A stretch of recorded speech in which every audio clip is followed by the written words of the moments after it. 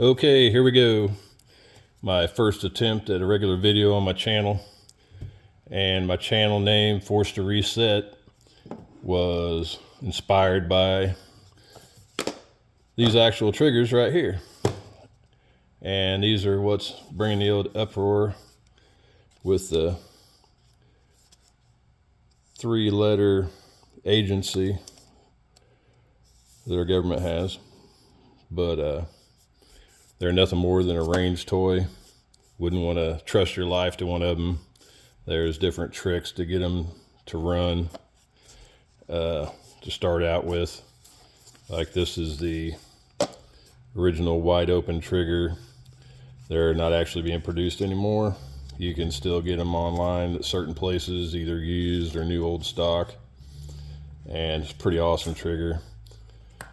This one here is just a 2-position. You either have safe or forced reset.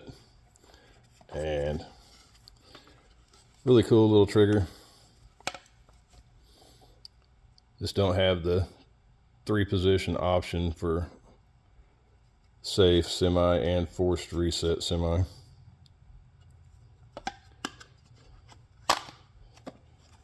And when you do have a forced reset trigger, you probably ought to get some anti-walk pins. That keeps everything tight in your lower.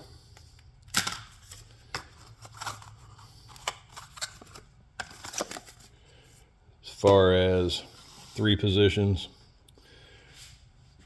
this one here is a incognito. It comes with the 3-position safety lever, the trigger, which is real similar to the wide open, anti-walk pins, your wrench to install the pins. Next, we'll go with the super safety. The super safety is a more of a kit type reset trigger. You'll have a lever. The lever will slide into your cam, and that's what actuates the bolt. Hits the lever, actuates the cam, which runs your reset trigger. You also need to change your detent because the cam actually slides back and forth in 3 different positions. You have your safe, semi, and your forced reset semi in the center.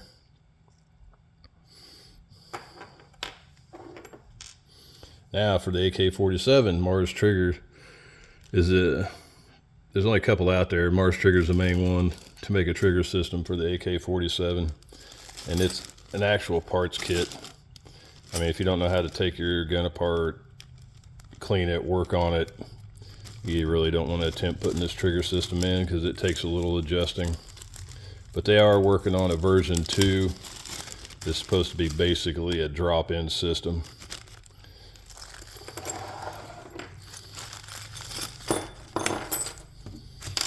When you get this, it'll come with your single hook trigger. And here's your cam block. Your actual cam. You'll have your trip bar that goes into your cam, and your bolt carrier actually actuates this trip bar. It actually brings the cam on and off of the base of your trigger, allowing it to fire and reset. Comes with a blank bar just in case you break this one or you need to bend one with a different angle, whatever. Your retainer clip, it's bent to have some spring action to it to press up against the cam, but also if it don't quite fit, you can, if the hole's too far back, you can put a better bend in the retainer clip to bring that hole forward. And your pin's supposed to set right in V right here, right in the crease on these 2 points. And if it drops back to here, you need to make sure that the point it does hit will drop down inside that pin to keep that pin in place.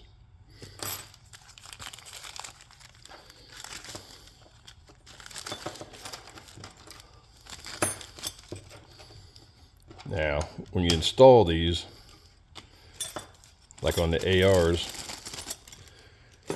right out of the gate, you need a new buffer.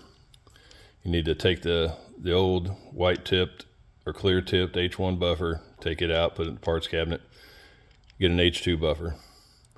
Most of the time, just the H2 buffer and your trigger and you're ready to roll.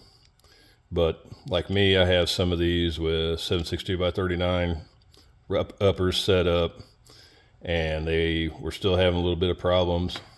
So I went to the H2 with the 308 buffer spring, gave it a little more ump to reset the trigger when it came back forward, and a little more resistance on the bolt, and that seemed to solve the problem.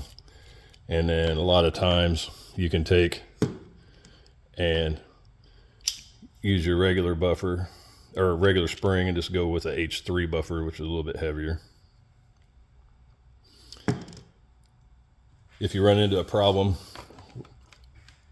you got the right buffer, right spring, right system, and you're still getting it a run stop, or misfeed, check your mags. Mine, most of the time, you need a good name brand mag, no cheap $10 mags. I mean, some of them will work, but you're going to have problems more than likely.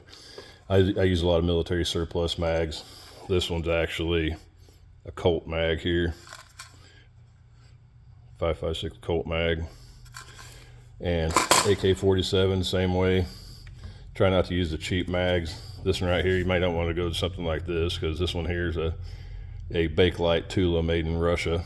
That little star there will show you that it's made in a Tula factory, but these babies run right now about $100 a piece. So, but you can still get some good P-mags and whatnot that work great. And as far as buying this stuff, there's several brands, several companies. Some of the best companies I've found to work with would be like your Mars triggers. They're out of Texas. Great company, great triggers. And then got your Six Tactical. Richard, he's awesome. He'll help you out. He'll help you get stuff running. And if you have any issues, you can get a hold of me on the channel, or get a hold of Richard or Peter, and they'll refer back to me. I do a lot of technical troubleshooting for 4 or 5 of these different companies. But one more thing before I forget, if you do a lot of this, you're going to have wear on your bolt, on your gas rings. This one right here, the gas rings are great. You actually got to put some force to snap them gas rings back to, to get that bolt to move inside the carrier, and it'll support its own weight. Well, you do a lot of this force reset firing, and you're going to smoke your gas rings.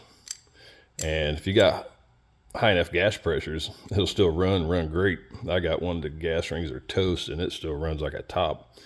But for it to be like it's supposed to be, you need to pull that bolt out, set it on its tip, and if it collapses like this, if it can't carry the weight of the bolt and it just collapses, replace your rings. They're toast. And one other thing, you got to have on these ARs, you got to have a full auto carrier. The difference in a full auto carrier, this is a full auto carrier, this is semi-auto carrier. The difference is how far back this cut is. You need the full auto carrier to have this much meat in the back to catch the trip on these triggers, because they come forward and it pushes that reset forward, or the trip forward, to drop the hammer. It comes back, resets, goes back forward, hits the trip again, fires again. So yeah, definitely need a full auto carrier. And that's about all I got for you for now. My very first video, as far as I got a couple shorts on there. YouTube, they slapped me around on a few of them I had to delete. But this is my first like instructional type video, and I'm going to make more on troubleshooting and installation and whatnot.